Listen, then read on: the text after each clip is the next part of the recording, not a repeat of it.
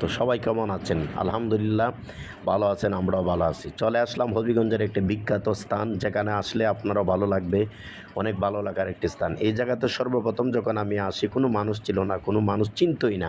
একটা ভিডিও করেছিলাম, এই ভিডিওর মাধ্যমে সারা বাংলাদেশে ভাইরাল। হাজার হাজার মানুষ ঈদের দিন চলে আসে।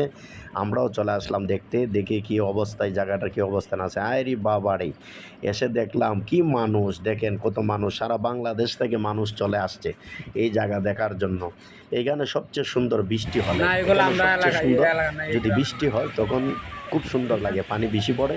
তারপরও মানুষে তো বুঝে না যে কোন সময় পানি বেশি, কোন সময় পানি কম। এই জন্য ঈদের সিজনে হাজার হাজার মানুষ চলে আসছে। যেহেতু দেখতে হাজার হাজার নাই, ঈদের দিন হাজার হাজার ছিল। আমরা 2 দিন পরে গেছিলাম, এই জন্য হাজার হাজার নাই, কিন্তু তারপরে অনেক মানুষ, স্থানীয়ভাবে শুনতে পেলাম হাজার হাজার মানুষ হয়েছিল ঈদের দিন।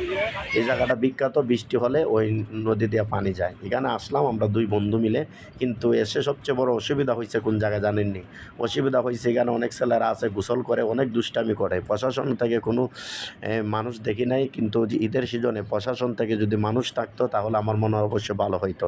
অনেক মা বোনরা আসেন, অনেক ফ্যামিলি নিয়ে আসেন, ওয়াইফ নিয়ে আসেন, বোন নিয়ে আসেন।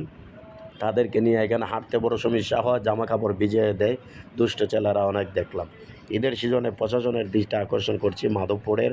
আসল কথা তো বলি নাই, জায়গাটা কোন জায়গায়? আমাদের হবিগঞ্জ জেলায় মাধবপুর উপজেলা মনতলা রাবার ড্রাম, এই জায়গাটা পরিচিত রাবার ড্রাম। বৃষ্টি হলে বৃষ্টির পরের দিন আসবেন, অনেক ভালো লাগবে। প্রচুর পানি পড়বে, এখানে অন্ত পানি কম, তারপরেও দেখতে ভালো লাগে প্রাকৃতিকভাবে। রৌদ্র বেশির জন্য কষ্ট হচ্ছে, বেশি রৌদ্রের মধ্যে হাঁটতেছি, তেমন পানি নেই, তারপর মোটামুটি ভালো লাগলো। ঈদ উপলক্ষে একটু ঘোরাঘুরি করলাম 3 বন্ধু মিলে, একটু দেখলাম, ভালোই লাগছে। আপনারাও যারা দেখেন নাই মাধবপুর মনতলা রাবার ড্যাম, আসবেন, ঘুরবেন, ফ্যামিলি নিয়ে আসবেন, দেখবেন, ভালো লাগবে। নদীর এই নদীর স্রোত, পানির স্রোতটা বৃষ্টি হলে সবচেয়ে ভালো, বেটার, সুন্দর দেখতে দেখা যায়। তারপরও ঈদ উপলক্ষে ঘুরলাম, দেখলাম, মোটামুটি ভালোই লাগছে, তেমন খারাপ লাগে নাই।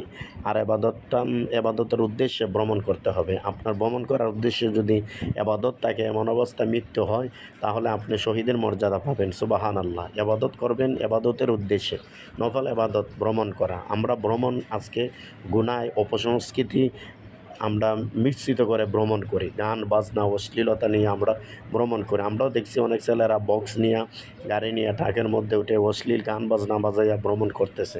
এমন অবস্থায় মৃত্যুবরণ হলে আপনি জাহান্নামী হবেন।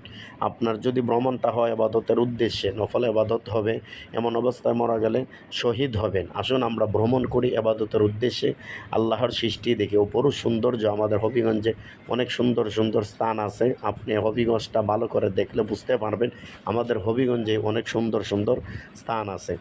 এই জন্য হবিগঞ্জের সুন্দর সুন্দর স্থানগুলা দেখার জন্য মাঝে মধ্যে চলে যাই। ফজরের নামাজ পড়ে, আজকেও তার ব্যতিক্রম নয়, ফজরের নামাজ পড়ে আসছিলাম, বিভিন্ন জায়গায় দেখলাম। লাস্ট মুহূর্তে একটু ভাব নিলাম। স্লো মোশন ভিডিও কেমন হচ্ছে জানাবেন। ইউটিউবে যদি আপনারা দেখে থাকেন অবশ্যই চ্যানেলটা সাবস্ক্রাইব করবেন, লাইক দেবেন, চৌধুরী হুজুর পাশে থাকবেন। অসংখ্য ধন্যবাদ একটি সাবস্ক্রাইব করার জন্য, ভিডিওটা দেখার জন্য। দেখা হবে পরবর্তী কোনো ভিডিওতে। ভালো থাকুন, সুস্থ থাকুন। আসসালামু আলাইকুম ওয়া রাহমাতুল্লাহি ওয়া বারাকাতুহু। কমেন্টস করতে ভুলবেন না, অবশ্যই কমেন্টস করে জানাবেন ভিডিওটা কেমন হলো। পরবর্তীতে কোন জায়গার ভিডিও দেখতে চান অবশ্যই কমেন্টস করে জানাবেন। ভালো থাকবেন, সুস্থ থাকবেন। আল্লাহ হাফিজ। দেখা হবে পরবর্তী কোনো ভিডিও। চৌধুরী হুজুর অফিসিয়াল ফেসবুক পেজ এবং ইউটিউবের সাথে থাকার জন্য অসংখ্য ধন্যবাদ। মোবারকবাদ, ঈদ মোবারক।